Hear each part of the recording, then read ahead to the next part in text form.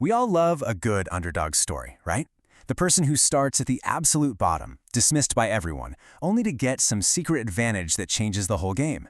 Well, today we're diving into a story just like that, but with a seriously dangerous twist. Meet Jinwoo, and for the longest time, his entire identity was basically this one humiliating title, the weakest hunter of all mankind.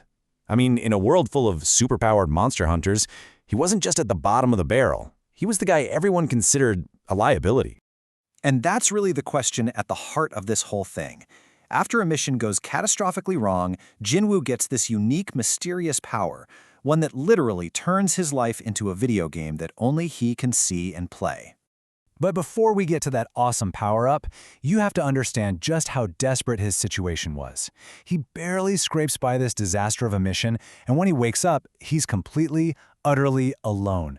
Not in a hospital, nope. He's trapped inside a hidden, hostile dungeon with no clear way out. Just think about how impossible this is. He's got no team, no one to heal him, and his only supplies are some basic food and water. And the worst part? He's trapped. The system tells him the only way out is to beat the dungeon's boss. For the weakest hunter in the world, that's not a challenge, it's a death sentence. But it's right here, in this moment of total, crushing hopelessness, that everything changes. A weird, glowing interface just appears right in front of his eyes, a game menu that no one else can see. This is the moment his entire reality just gets flipped on its head. All of a sudden, his world has rules, literal video game rules. This system starts giving him daily quests, push-ups, running, that sort of thing. It tracks his abilities with stats like strength and agility. And, crucially, it gives him an inventory. And what does he find inside? A high-end sword he could never, ever have afforded. His first real weapon. And here's where the game really kicks in. After his first, desperate fight against a monster, he's a complete wreck, badly injured. But because he defeated it, he gets experience points, he levels up, and poof, all of his health is completely restored. This isn't just some cool bonus, it's a literal lifesaver. It's the key to him even surviving this dungeon. So, Jinwoo suddenly has this super clear, direct path to power. It's a simple loop, really. Fight, win, get stronger. He figures out really fast that while his daily workout quests give him a few stat points, real life-or-death combat, the very thing that used to terrify him, is by far the fastest way to grow. And the results aren't just numbers on a screen. They're real and they're tangible. After he puts just a few points into his strength stat, he can physically feel the difference. His entire body feels lighter. For the very first time in his life, he's experiencing a real, measurable increase in his own power. So okay, we get how he gets stronger. But now we need to talk about the why. Because this newfound power isn't just a neat tool for survival, it's an answer to a whole lifetime of pain and humiliation.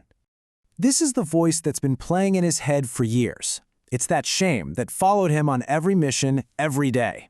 That constant, nagging feeling of being a burden, of being completely worthless in a world that only respects strength. Yeah, his experiences have taught him a pretty brutal lesson about the world.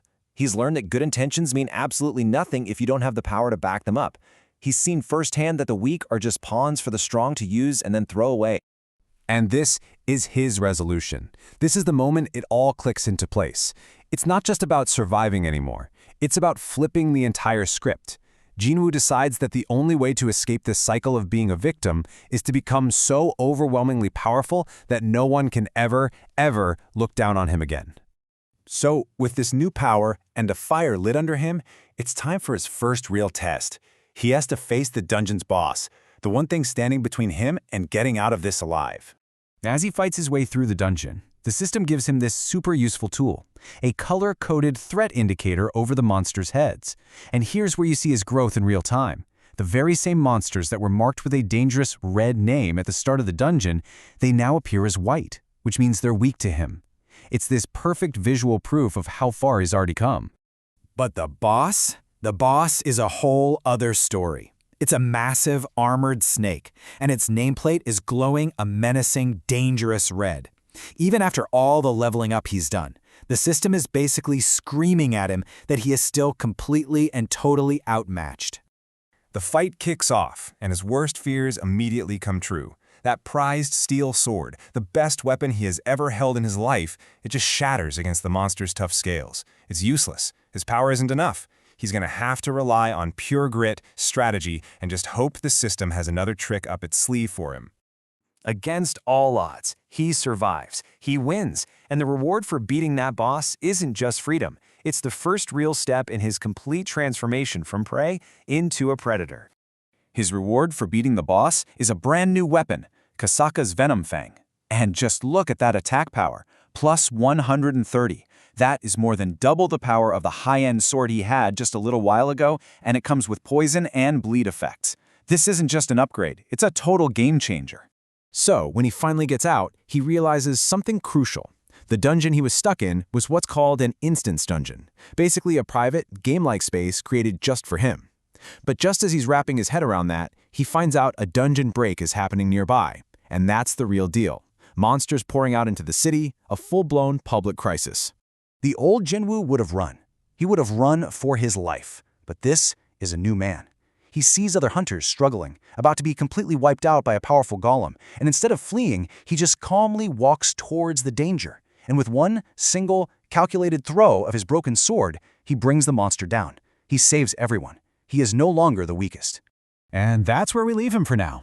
Jinwoo has the power he's always craved, but he's now bound to this mysterious system, which has its own rules and its own very harsh penalties. So the question is, did he really break free from his old life? Or did he just step into a much more dangerous cage?